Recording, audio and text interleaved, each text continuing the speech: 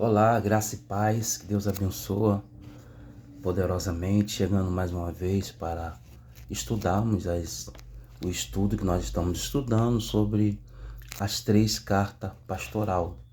Dessa vez nós vamos estudar o capítulo de número 3 da Epístola de Paulo a Timóteo, a primeira Epístola de Paulo a Timóteo, ou seja, 1 Timóteo, capítulo de número 3, ele tem 16 versículos.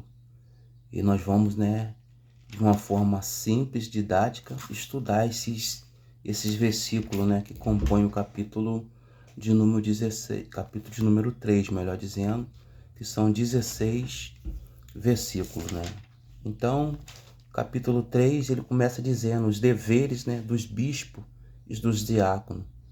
Esta é uma palavra fiel. Se alguém deseja o episcopado, excelentes obras deseja. Então Paulo já começa escrever no capítulo 3, no primeiro versículo, que aquele que deseja o episcopado, excelentes obras deseja. Então, para você exercer uma função, exercer o seu ministério, seja qualquer ministério, pastor, presbítero, evangelista, diácono, você tem que desejar no teu coração. Só assim você vai conseguir exercer a sua função com eficácia.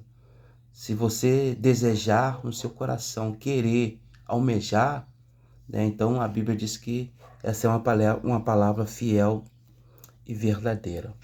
O versículo de número 2, ele diz assim: é necessário, pois, que o bispo seja irrepreensível, marido de uma mulher, vigilante, sóbrio, honesto, hospitaleiro e apto para ensinar.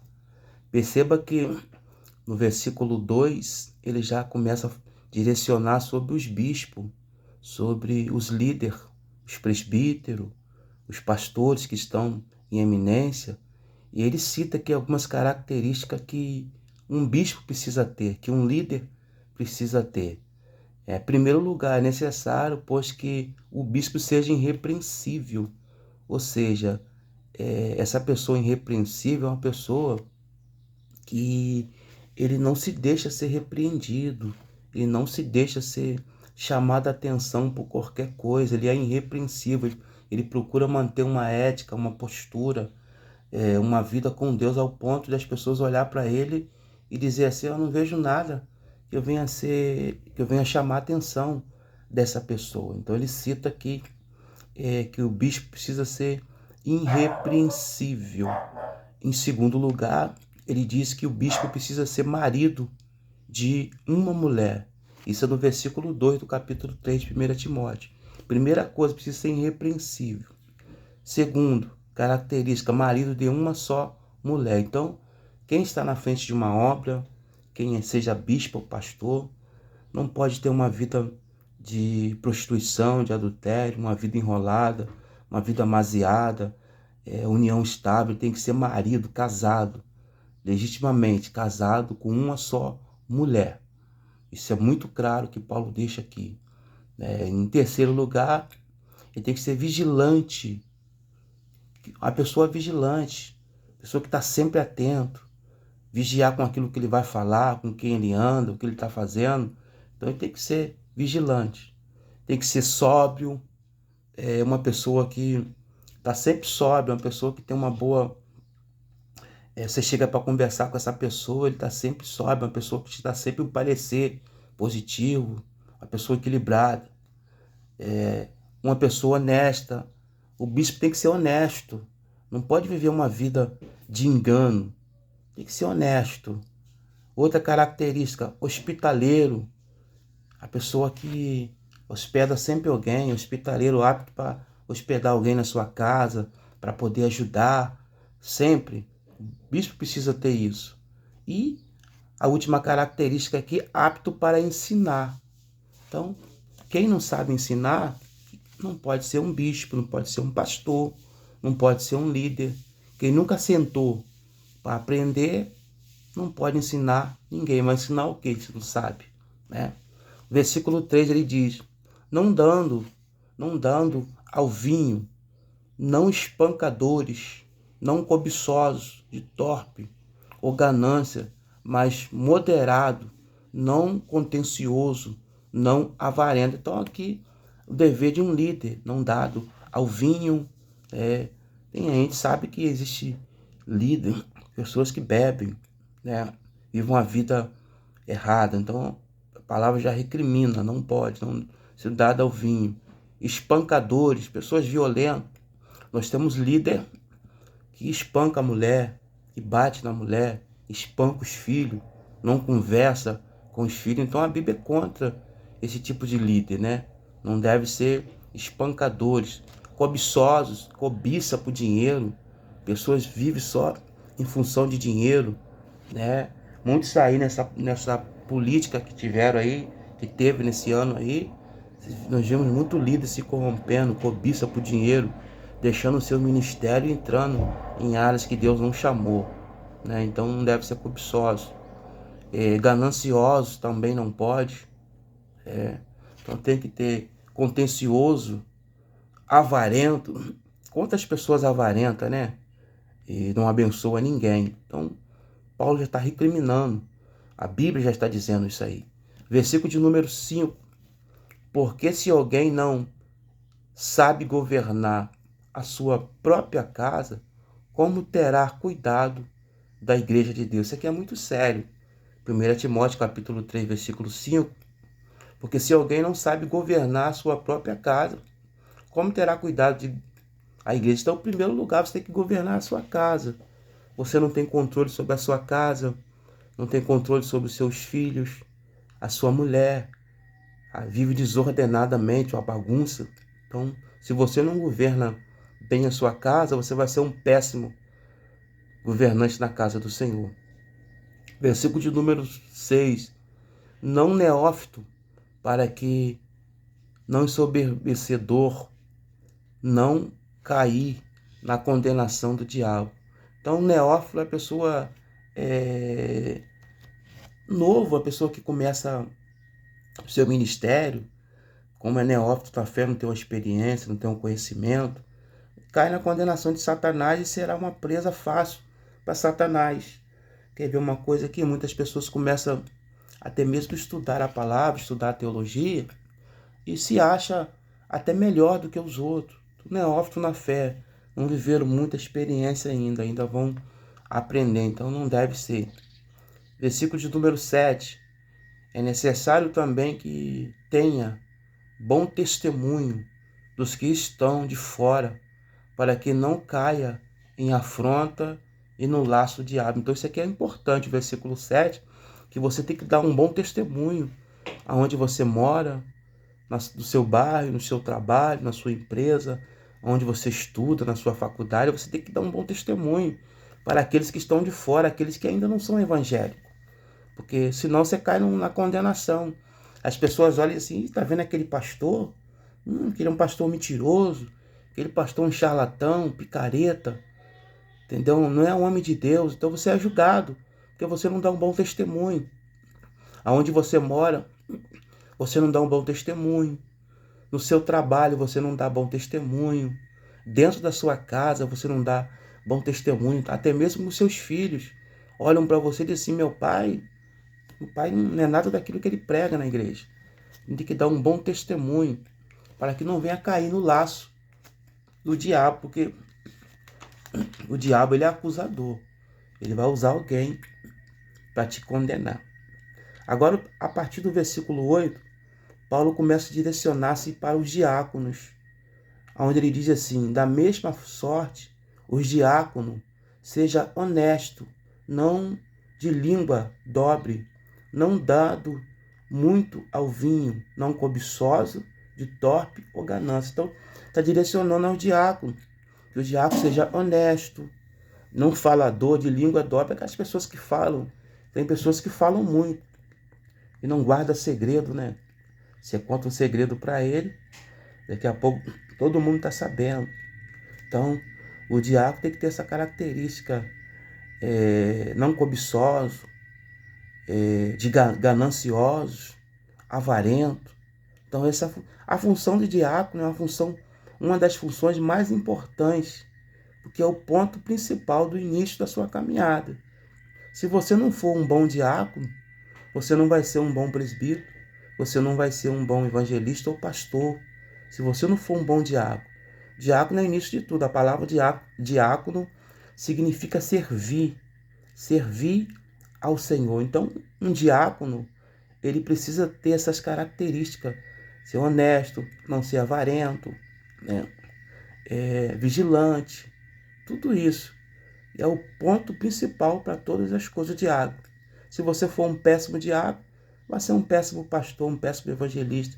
Mas se você for um ótimo diácono, um excelente diácono, você vai ser um grande líder, porque você está exercendo o seu ministério, né, com toda a graça, com toda a humildade e com toda a responsabilidade.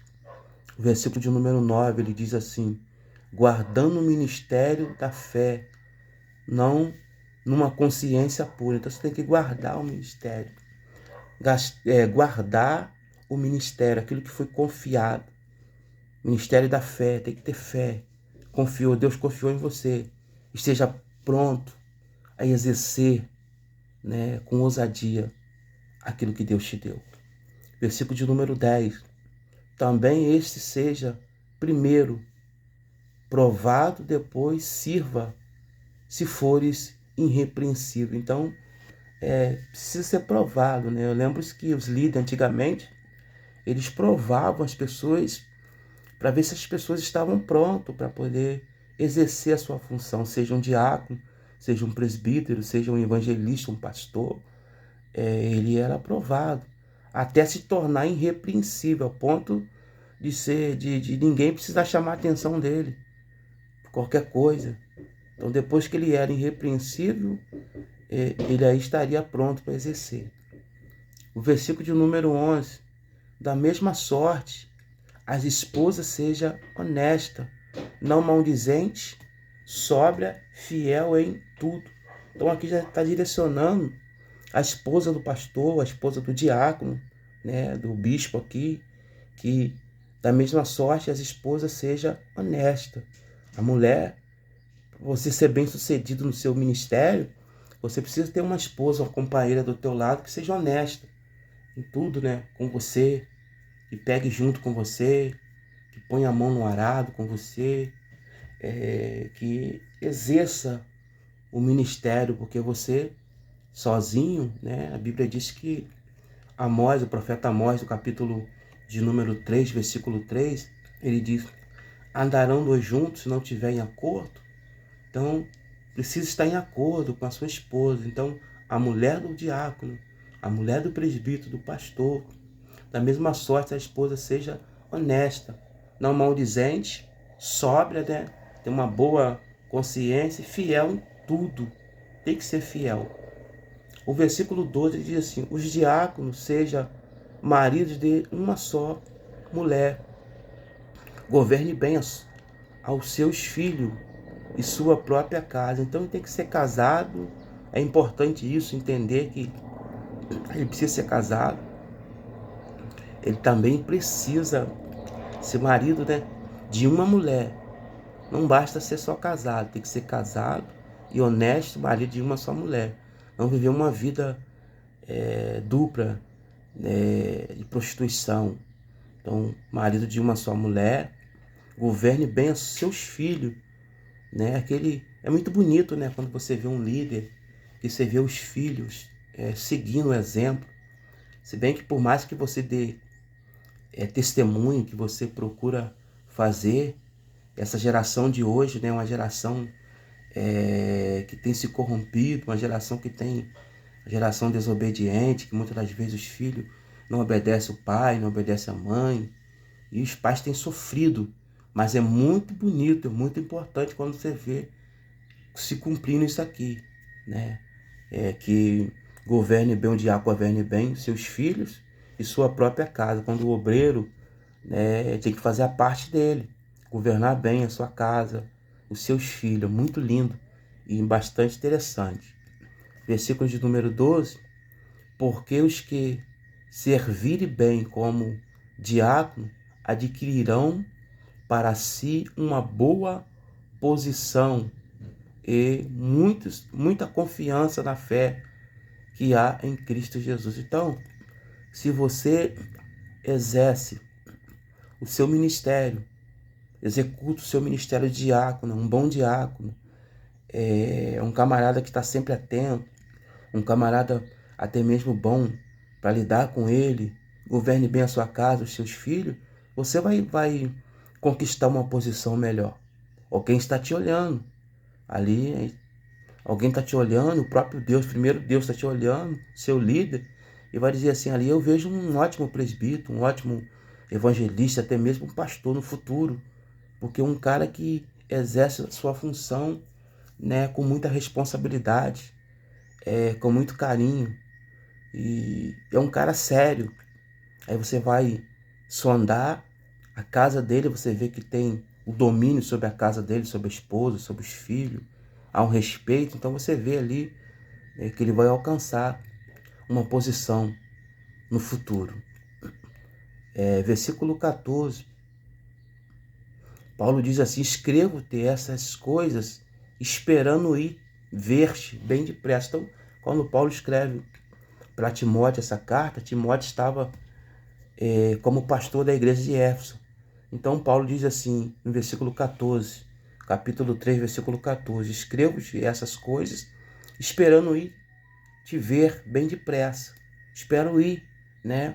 Ir até você, até a igreja, até mesmo para visitar os irmãos.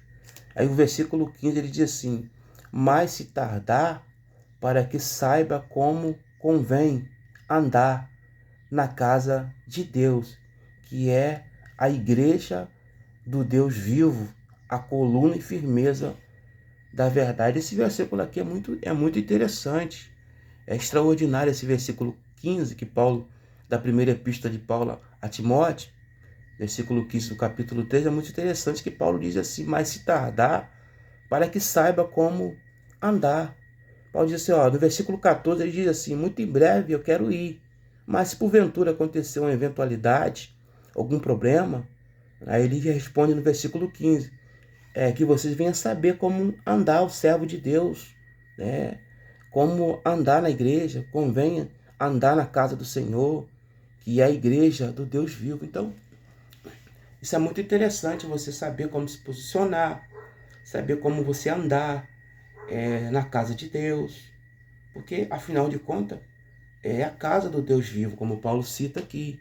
Mas se tardar, para que saiba como convém andar na casa de Deus, que é a igreja do Deus vivo, coluna e firmeza da verdade. Então Paulo ele escreve para Timóteo assim, meu filho, na fé, eu quero ir, o meu desejo é ir, a minha vontade é ir até você, até a igreja, mas pode acontecer um imprevisto, pode acontecer algum problema, uma eventualidade que me impossibilita eu ir até você. Então, de antemão, já estou escrevendo essa carta, todos esses ensinamentos, para que você saiba usar, saiba se comportar, saiba apacentar o rebanho e fazer como os santos.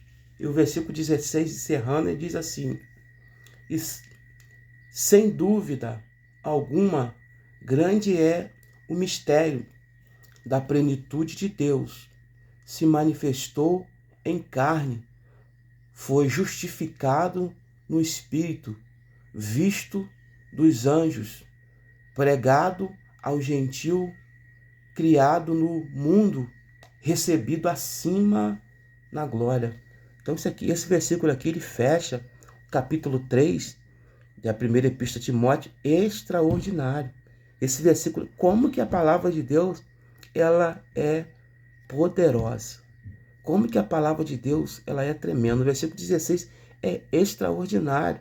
Ele diz assim, sem dúvida, é um grande mistério, é mesmo um grande mistério. A vinda de Cristo aqui, a entrada dele triunfante em Jerusalém, a morte dele, então é um grande mistério, né, da piedade de Deus. Muito interessante isso aqui. Se manifestou em carne, Jesus, ou seja, Jesus veio em carne, né? O Filho do Homem se fez carne, foi justificado no Espírito e visto dos anjos. É de arrepiar isso aqui.